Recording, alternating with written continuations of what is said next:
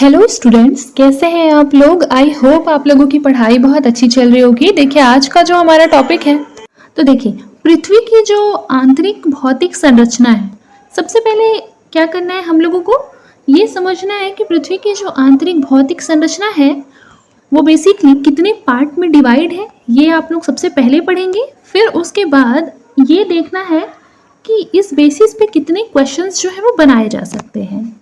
जैसे देखिए हमारे एग्ज़ाम में क्या है ना कि इतनी डायनेमिक है एग्ज़ाम का जो पैटर्न है कि किसी भी तरह का कोई भी क्वेश्चन जो है वो एग्ज़ाम में आ सकता है। तो बेसिकली क्या है कि यहाँ पर आपको कुछ क्वेश्चन जो है वो फ्रेम करके ऑलरेडी दिए हुए हैं। एक बार इन क्वेश्चंस को आप घर में ट्राई कीजिएगा, ठीक है। और मैं अभी सोच रही हूँ टेलीग्राम चैनल बनाने के लिए, उस पर मैं आपके सारे जो है आंसर राइटिंग प्रैक्टिस वाले जितने भी क्वेश्चन हैं सबको जो है वो चेक करूँगी, ठीक है। आप लोग उस पर मुझे सेंड कर दीजिएगा डेली आंसर राइटिंग करके। अब चलिए शुरू करते हैं। देखिए पृथ्वी की जो आंतरिक भौतिक संरचना है, ठीक है, इसको हम 5 भागों में डिवाइड करके पढ़ेंगे। सबसे पहले उसकी परिचय या भूमिका देखेंगे, यानी कि इसका अर्थ क्या है, और पृथ्वी की आंतरिक भौतिक संरचना का जब हम अध्ययन करेंगे तो वो क्यों हमारे लिए ज़रूरी है, ठीक है। फिर हम ये जानेंगे कि जो जानकारी है उसके स्रोत क्या क्या है, जैसे कि प्रत्यक्ष स्रोत, अप्रत्यक्ष स्रोत और सूक्ष्म वैज्ञानिक विधि। प्रत्यक्ष स्रोत यानी वह स्रोत जो कि हमें दिखाई देते हैं, और वह स्रोत जो है वो पृथ्वी के भीतर है, वह अप्रत्यक्ष स्रोत होंगे। अभिनव विचार, अभिनव विचार यानी कि लेटेस्ट विचार कौन सा आया है, ठीक है, हाल ही में जो है वो कौन से खोज हुए हैं या फिर कुछ भी हुआ है। तो देखिए हाल ही में जो खोज हुई है, ठीक है, बेसिकली हम उसको बोलते हैं अभिनव विचार। क्या कहते हैं? अभिनव विचार, जिसे आप कह सकते हैं कि हाल ही में जो लेटेस्ट कोई भी थ्योरी आया है वो हमें क्या बोल सकते हैं, उसको अभिनव विचार कह सकते हैं। अब देखिए जो फोर्थ हमारा टर्म है वो है बहुआयामी लाभ, यानी कि जब हम कोई भी ऐसा उद्देश्य बनाते हैं, कोई भी हमारा ऑब्जेक्टिव होता है किसी भी चीज को फाइंड करने का, तो उसके पीछे कुछ ना कुछ क्या होता है, लाभ होता है। जैसे फॉर एग्जाम्पल के लिए अगर हम पृथ्वी की आंतरिक भौतिक संरचना की स्टडी करेंगे तो हमको कहीं ना कहीं उससे कुछ लाभ मिलेगा, वो सारी चीजें देखेंगे। फिर उसके बाद हम उसके कंक्लूजन पर आएंगे, ठीक है। आगे बढ़ते हैं। अब देखिए यहाँ पर लिखा है पृथ्वी की आंतरिक भौतिक दशा, तो इसको कैसे समझ सकते हैं। सबसे पहले देखिए ये जो है ये पृथ्वी है मान लीजिए, ठीक है। अब इसके इतने भागों को काट कर हम क्या करते हैं, समझते हैं। देखिए अब इतने भागों को अगर हम काट कर समझे तो इससे हम जो है वो पूरी पृथ्वी का आकलन कर सकते हैं, उसके आंतरिक भागों का कर सकते हैं कि नहीं, बिल्कुल कर सकते हैं। तो वैसे ही हमने किया, मैंने आपको बताया कि जो पृथ्वी की गहराई है, ठीक है, पृथ्वी से लेकर उसके बाहरी परत से जो क्रोड तक की गहराई है वह कितनी है, 6370 किलोमीटर, ठीक है।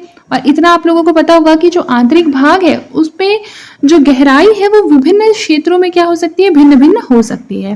देखिए पृथ्वी के आंतरिक भाग का जो घनत्व है, जो ताप है, दाब एवं चट्टाने और जो पदार्थ जो है वो किस अवस्था में है, इसको अगर जानना है तो उसके लिए क्या है, आंतरिक भाग की जो पढ़ाई है या फिर जो उसका अध्ययन है वो करना क्या हो जाता है, आवश्यक हो जाता है। देखिए यहाँ साफ साफ लिखा हुआ है कि पृथ्वी के धरातल से केंद्र तक 6370 किलोमीटर की गहराई तक विभिन्न गहराइयों एवं क्षेत्रों में घनत्व यानी डेंसिटी, ताप यानी टेम्परेचर, दाब यानी प्रेशर एवं चट्टानों की जो पदार्थीय अवस्था है उससे संबंधित विशेषताओं के अध्ययन का जो संबंध है वह क्या है, आंतरिक भौतिक दशा से रिलेटेड है। क्योंकि पृथ्वी की जो आंतरिक भौतिक संगठन है उसका प्रभाव सतह पर क्या होता है, दृष्टिगत होता है। यानी कि मान लीजिए पृथ्वी है, ठीक है, उसके आंतरिक भागों में प्रभाव हो रहा है कि मान लीजिए उसके अंदर आग लग गई है, ठीक है, पृथ्वी के अंदर, तो अब वो कहीं ना कहीं क्या होगा, उसका जो प्रभाव है वो बाहर दिखाई देगा। इस वजह से ही तो कहीं ना कहीं आप लोगों ने देखा होगा कि वोल्केनो निकलता है ना, ज्वालामुखी फूटता है, तो वह किसका प्रभाव होता है, उसके आंतरिक सतह में होने वाले परिवर्तनों का ही प्रभाव है जो हमें बाहर दिखाई देता है। अब देखिए आगे क्या लिखा हुआ है, लिखा हुआ है कि जो कि अजैविक और जैविक घटकों को प्रभावित करने के साथ ही मानवीय क्रियाकलापों को भी क्या करती है, प्रभावित करती है। अब बताइए कहीं भी ज्वालामुखी उद्गार होगा तो उसका जो इम्पैक्ट है वो उसके आसपास की सभी एरिया पर पड़ेगा। अब आगे देखिए पृथ्वी की आंतरिक भौतिक दशा का अगर हमको अध्ययन करना है तो उसके लिए क्या है, ये सारी चीजें आवश्यक हो जाती हैं। फिर देखिए मैंने बताया कि मानव के द्वारा प्रत्यक्ष रूप से पृथ्वी की आंतरिक भौतिक दशा की जानकारी प्राप्त कर जाना संभव नहीं है, बिल्कुल नहीं है प्रत्यक्ष रूप से। अतः आंतरिक भाग की जानकारी हेतु कुछ स्रोतों का या प्रमाणों का जो है वो आधार लिया जाता है, जैसे प्रत्यक्ष स्रोत या प्रमाण, अप्रत्यक्ष स्रोत या प्रमाण और सूक्ष्म वैज्ञानिक विधि। सबसे पहले हम लोग पढ़ेंगे प्रत्यक्ष स्रोत के बारे में। देखिए प्रत्यक्ष स्रोत तो यहाँ पर लिखा है ज्वालामुखीयता। जैसे मैंने बताया कि प्रत्यक्ष स्रोतों में जैसे ज्वालामुखी उद्गार वो आप देख सकते हैं ना कि कहाँ ज्वालामुखी उद्गार हुआ है, तो यह क्या हो जाएगा प्रत्यक्ष स्रोत में। फिर देखिए अधिक गहराई में तेल कूप के द्वारा, देखिए अधिक गहराई है अगर वहां पर तेल कूप बनाया गया है तो वो भी क्या कर सकते हैं, आप देख सकते हैं, तो प्रत्यक्ष स्रोत है। फिर उसके बाद खनन एवं उत्खनन के द्वारा भी आप देख सकते हैं, जैसे फॉर एग्जाम्पल साउथ अफ्रीका में 3 से 4 किलोमीटर की गहरी सोने की खानें हैं, तो उससे भी हम क्या समझ सकते हैं, पृथ्वी के आंतरिक भागों के बारे में समझ सकते हैं। फिर उसके बाद है विभिन्न प्रकार की प्रविधन। प्रविधन का मतलब क्या होता है, ड्रिलिंग। आप लोगों ने सुना होगा ड्रिलिंग, जैसे आप लोग कभी भी अगर कील वगैरह लगाते हैं दीवार पर तो ड्रिल का यूज करते हैं, बिल्कुल वैसे, ठीक है। जैसे यहाँ पे लिखा भी हुआ है एग्जाम्पल में डीप ओशन ड्रिलिंग प्रोजेक्ट। ये बेसिकली समन्वित महासागरीय प्रवेधन परियोजना है जो कि आर्कटिक ओशन में भी शुरू किया गया है। आप लोगों को पता है कि वहां पर जो कोल क्षेत्र है उसमें 12.9 किलोमीटर का गहरा जो है वो प्रवेधन किया गया है। फिर देखिए अन्य ग्रहों एवं उपग्रहों का अध्ययन करना, जहां पर संभव हो वहां पर भी डीप ओशन ड्रिलिंग प्रोजेक्ट का यूज किया जाता है। अब देखिए अप्रत्यक्ष स्रोत। अप्रत्यक्ष स्रोत में क्या हो जाएगा, अन्य ग्रहों उपग्रहों एवं उल्का पिंडों का अध्ययन। इसके द्वारा क्या होगा, पृथ्वी एवं उपरोक्त के निर्माण एक ही घटना का परिणाम है। उसके बाद यहाँ पर क्या लिखा है, ठोस आकाशीय पिंड। ठोस आकाशीय पिंड आपको दिखाई देते हैं क्या, नहीं देते हैं, ऑब्वियस ही बात है, तो ये किस में आ जाएगा, अप्रत्यक्ष स्रोत में आ जाएगा, ठीक है। फिर उसके बाद देखिए घनत्व पर आधारित प्रमाण, वो भी आपको क्या होता है, दिखाई नहीं देता है, उसके लिए इवैल्यूएशन करना पड़ता है। तो अगर ये आपको जो है वो डायरेक्टली दिखाई नहीं दे रहा है, मतलब कि ये क्या हो जाएगा, अप्रत्यक्ष स्रोत का एग्जाम्पल हो जाएगा। फिर यहाँ पर लिखा है ताप पर आधारित प्रमाण, ओके।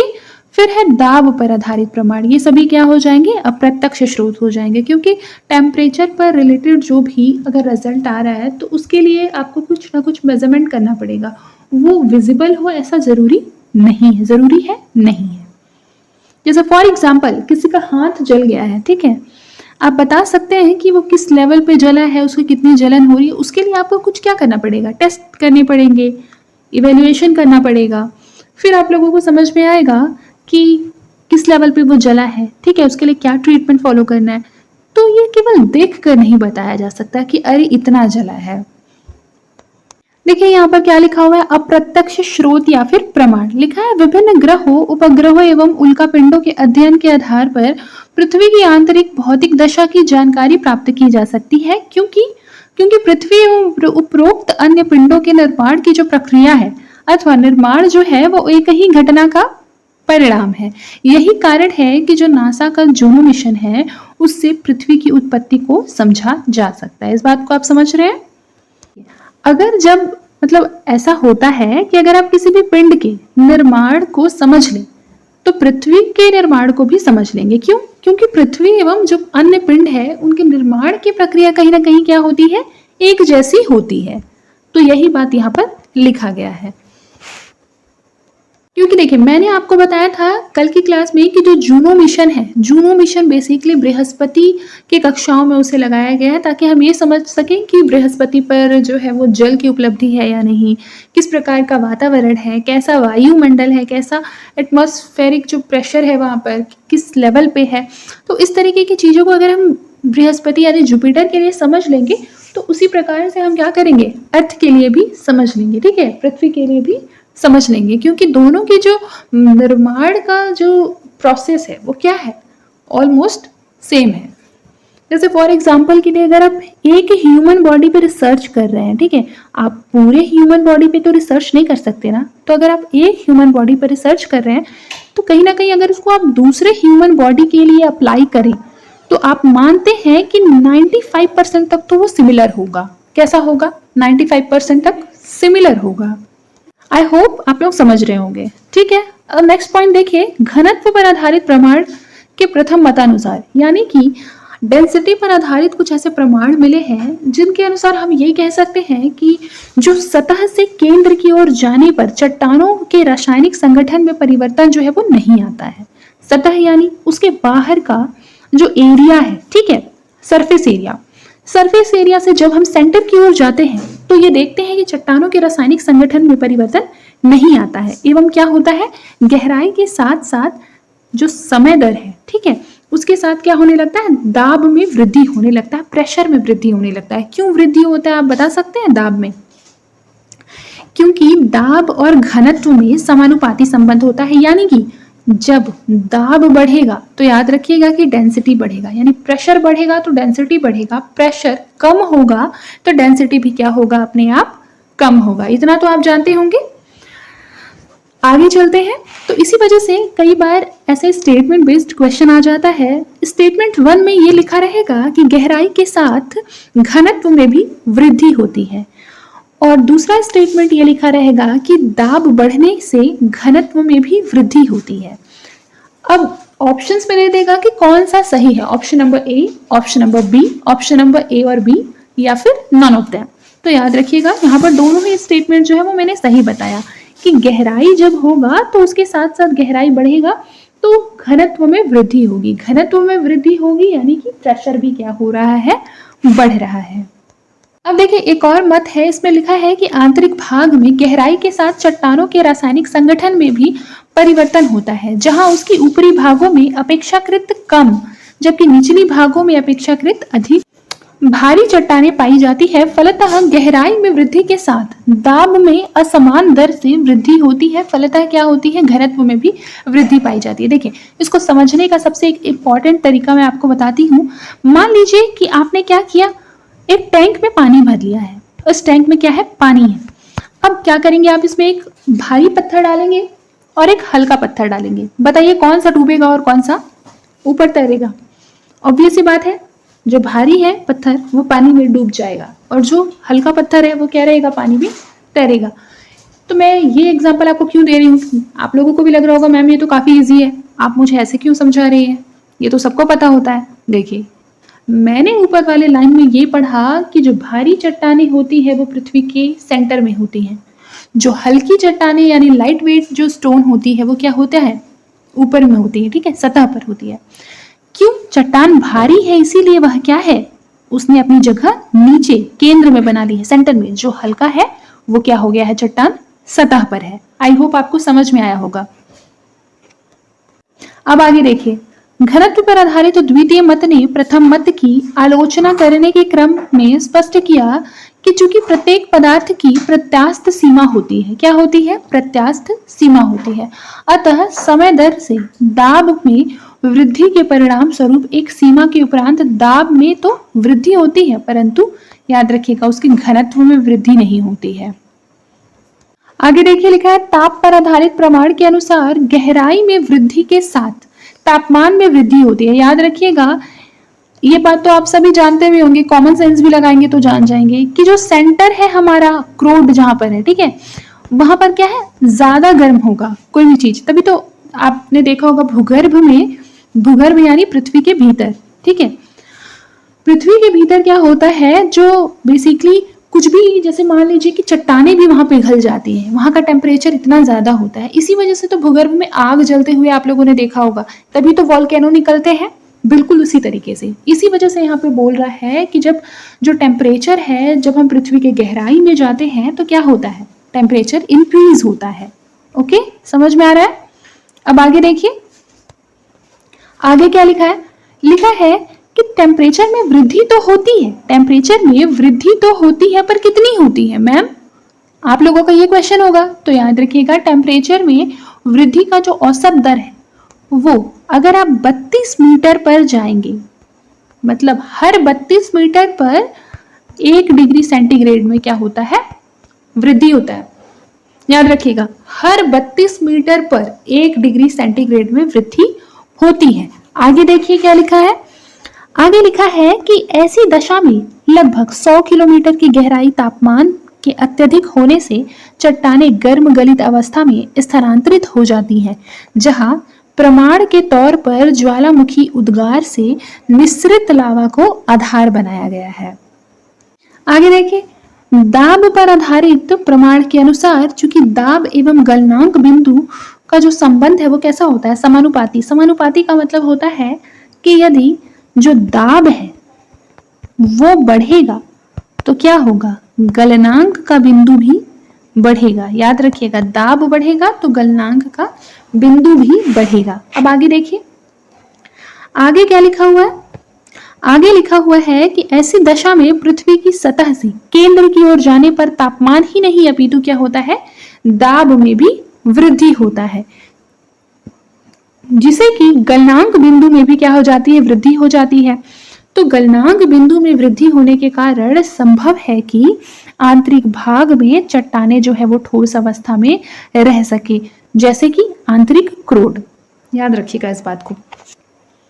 क्यों आंतरिक भागों में जो चट्टाने हैं वो ठोस अवस्था में रह सकती है, क्योंकि गलनांक जो है, गलनांक का जो पॉइंट है वो क्या है, ज्यादा है, यानी कि वह अधिक से अधिक बिंदु पर क्या होगी, अधिक से अधिक टेम्परेचर पर चट्टाने गलेंगी। आगे देखिए, द्रव्यमान और आकर्षण बल इन दोनों में क्या हो जाता है, समानुपाती संबंध होता है। क्या होता है, समानुपाती संबंध होता है, यानी द्रव्यमान बढ़ेगा तो आकर्षण बल बढ़ेगा, आकर्षण बल बढ़ेगा तो द्रव्यमान बढ़ेगा। ठीक है। आगे देखिए, विभिन्न अक्षांशों पर गुरुत्व का प्रभाव असमान होता है। जैसे विषुवत रेखीय प्रदेश में गुरुत्व का जो प्रभाव होता है वो कम होता है। विषुवत रेखीय प्रदेश जानते हैं क्या होता है, नहीं जानते। देखिए, ये पृथ्वी है, पृथ्वी को दो भागों में डिवाइड करने वाली एक काल्पनिक रेखा होती है जिसे हम कहते हैं विषुवत रेखा। क्या कहते हैं, विषुवत रेखा कहते हैं। याद रखिएगा कि जो विषुवत रेखीय प्रदेश होते हैं वो विषुवत रेखा के आसपास होते हैं। मान लीजिए कि यहाँ से यहाँ विषुवत रेखीय प्रदेश है, तो विषुवत रेखीय प्रदेश में गुरुत्व का जो प्रभाव है वो कम होता है, जबकि ध्रुवों की ओर अगर आप जाएंगे तो गुरुत्व के प्रभाव में वृद्धि होती है। ये छोटा सा बात आपको याद रखना है। ठीक है। आगे देखिए क्या लिखा हुआ है, एक मिनट इरेज कर लेते हैं। अब देखिए, लिखा है कि वास्तव में गुरुत्व एवं जो पदार्थ है उसके द्रव्यमान में संबंध पाया जाता है। इस प्रकार पृथ्वी के भीतर पदार्थों का असमान वितरण भी गुरुत्व की भिन्नता को क्या करता है, प्रभावित करता है। इस बात को याद रखिएगा। लिखा है कि अलग अलग स्थानों पर गुरुत्व की भिन्नता अनेक कारकों से प्रभावित होती है। उन कारकों को हम एक एक करके पढ़ेंगे। अब देखिए, सूक्ष्म वैज्ञानिक विधि। क्या लिखा है, सूक्ष्म वैज्ञानिक विधि। तो याद रखिएगा कि सूक्ष्म वैज्ञानिक विधि क्या आप प्रयोग कर सकते हैं सूक्ष्म वैज्ञानिक विधि का पृथ्वी के भूगर्भ के अध्ययन के लिए? नहीं कर सकते। क्यों नहीं कर सकते? क्योंकि जो बेसिकली आपने सुना होगा पुरातत्व, जो पुरातत्वविद होते हैं वो जनरली क्या करते हैं, कुछ सूक्ष्म अध्ययन करते हैं पृथ्वी के भीतरी भागों को समझने के लिए। यहाँ लिखा भी है भूकंप शास्त्र। तो भूकंप शास्त्र के अनुसार भूकंपीय तरंगों को आधार बनाकर जो है वो समझा जाता है, इसे बोलते हैं सूक्ष्म वैज्ञानिक विधि। बेसिकली ये कितने प्रकार के होते हैं, दो प्रकार के होते हैं, पिंड तरंगे और सतही तरंगे। पिंड तरंगे का मतलब क्या होता है, बॉडी वेव्स, और सतही तरंगे का मतलब होता है सरफेस वेव। पिंड तरंगे क्या होती हैं, वे तरंगे जो पृथ्वी के आंतरिक भाग में होती है वो पिंड तरंगे कहलाती हैं। पिंड तरंगे के जो प्रकार में आएगा, ठीक है, यहाँ पर लिखा है ना बॉडी वेव्स। टाइप्स क्या क्या है इसके टाइप्स हैं पी वेव्स और एस वेव्स। पी वेव्स क्या होता है बताइए, ठोस तरल गैस तीनों माध्यम में संचरण जो कर ले उसे बोलते हैं पी वेव्स, यानी पी तरंगे जिसे बोलते हैं प्राइमरी वेव्स। जो केवल और केवल ठोस माध्यम में संचरण करेगा उसे बोलते हैं एस वेव्स। ठीक है। अब यहाँ पर देखिए आप लोगों को सतही तरंगे दिखाई दे रहा होगा, इसके बारे में भी पढ़ेंगे। देखिए यहाँ पर लिखा है नोट में, इंपॉर्टेंट है, इसे आप नोट कर लीजिएगा। लिखा है माध्यम में परिवर्तन होने पर तरंगों की दिशा में भी क्या होता है, परिवर्तन होता है। फॉर एग्जाम्पल के लिए, अगर जब माध्यम जो है वो मान लीजिए गैस है, ठीक है, या बोल सकते हैं वायुमंडल में गैस है, लेकिन अगर जो तरंगे हैं वो गैसों से होकर कहाँ आ रहा है, मान लीजिए वो किसी सॉलिड एरिया पर आ रहा है, तो क्या होगा, उसमें परिवर्तन होगा। याद रखेंगे कि चट्टानों का जो डेंसिटी होता है वो तरंगों की गति के समानुपाती होता है, यानी कि चट्टानों का जो घनत्व है वो बढ़ेगा तो तरंगों की जो गति है वो बढ़ेगी। और चट्टानों का घनत्व कम होगा तो तरंगों की गति क्या हो जाएगी, कम हो जाएगी। यानी आप कह सकते हैं कि तरंगों की जो गति होती है वो बेसिकली क्या होती है, सॉलिड यानी ठोस पदार्थों में क्या होती है, ज्यादा होती है या अधिक होती है। देखिए ये हम लोग कुछ इंपॉर्टेंट चीज है जिसको कि हम लोग कल की क्लास में पढ़ेंगे। अभी हम लोग सिर्फ ये समझ लेते हैं कि पृथ्वी जो है 3 भागों में बटी है, जिसे आप बोलते हैं क्रस्ट, मेंटल और क्रूड। ठीक है, तो इन तीनों को एक बार समझ लेते हैं, क्योंकि उसको बिना अच्छे से समझे अब ये जो यहाँ पर लिखा हुआ है ये बहुत इंपॉर्टेंट है, इससे आपको हर एग्जाम में क्वेश्चन आएगा। ठीक है, तो ये समझने के लिए सबसे पहले आप पृथ्वी की संरचना को मोटा मोटी समझ लीजिए। तो पहले मैं वो आपको समझा देती हूँ, बाकी ये कल की क्लास में करेंगे। देखिए ये आपकी पृथ्वी है, ठीक है, इसको आप पहले 3 भागों में डिवाइड कीजिए। ये आपका क्या हो जाएगा, कोर हो जाएगा, ये वाला आपका मेंटल है, ठीक है, और ये आपका क्या हो जाएगा, क्रस्ट हो जाएगा। इतना समझ में आ रहा है। क्रस्ट को हिंदी में भूपर पट्टी कहते हैं। ठीक है, यह पृथ्वी की क्या होती है, सबसे ऊपर और सबसे पतली परत होती है। सबसे पतली परत तो होती है, परंतु ये क्या होती है, सबसे ज्यादा ठोस परत होती है। तभी तो हम उस पर घर बना देते हैं, कंस्ट्रक्शन का काम कर देते हैं, दिन रात चलते हैं, और भी हम बहुत अत्याचार करते हैं अपनी क्रस्ट पर। ठीक है, फिर आप लोगों को इतना भी याद रखना होता है, कई बार एग्जाम में पूछ लेता है कि क्रस्ट की जो बेसिकली मोटाई होती है वो कितनी होती है, 30 से लेकर 60 किलोमीटर में होती है। याद रखेंगे, बिल्कुल। और अगर महासागर में पूछूं तो महासागर में जो मोटाई है वो कम होता है। याद रखिएगा, महाद्वीपीय का जो मोटाई है वो क्रस्ट में अधिक है महासागर की अपेक्षा। इसको आप नोट भी कर सकते हैं, क्योंकि बाद में आप भूल जाएंगे। फिर देखिए, जो हमारा क्रस्ट है जिसे कि आप क्या कहते हैं, भूपर पट्टी कहते होंगे, ये जनरली बना हुआ है, किससे बना है, सिलिकॉन और एल्यूमिनियम से। ठीक है, यानी कि क्रस्ट के ऊपर सबसे ज्यादा जो है सिलिकॉन और एल्यूमिनियम पाई जाती है, इस वजह से इसे क्या बोलते हैं, सियाल भी कभी कभी कह देते हैं क्रस्ट को बहुत लोग। ठीक है, फिर देखिए कि जो हमारी क्रस्ट है वहीं पर क्या है, पर्वत, नदियां, महासागर, मिट्टी, सभी प्रकार के जीव जंतु, ये सब किस में है, भूपर पट्टी पर है। ठीक है, इतना आपको समझ में आया। अब हम लोग क्या पढ़ने वाले, मेंटल। तो जो मेंटल है याद रखिएगा, वो भूपर पट्टी की निचली परत है। इसकी जो आप बोल सकते हैं गहराई, वो कितनी हो जाएगी, 35 किलोमीटर से 2900 किलोमीटर, ये 2900 किलोमीटर तक है। याद रखिएगा कि जो मेंटल है वो किससे बनी हुई है, बताइए। आप लोगों ने सुना होगा सीमा।